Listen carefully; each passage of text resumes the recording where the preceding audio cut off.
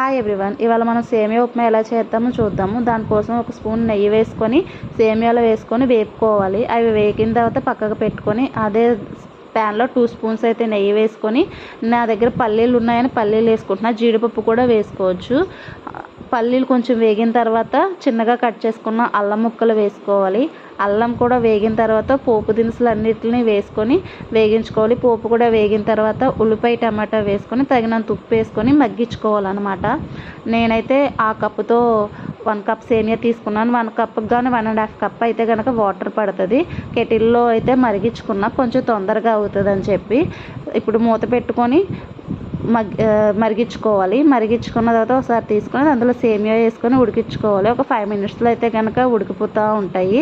దగ్గరికి అయిన తర్వాత ఒకసారి కలుపుకొని దాంట్లో దించే ముందు 2 స్పూన్స్ నెయ్యి వేసుకోండి. నెయ్యి వేసుకుంటే టేస్ట్ బాగుంటుంది తినే వాళ్ళు అయితేనే, లేదంటే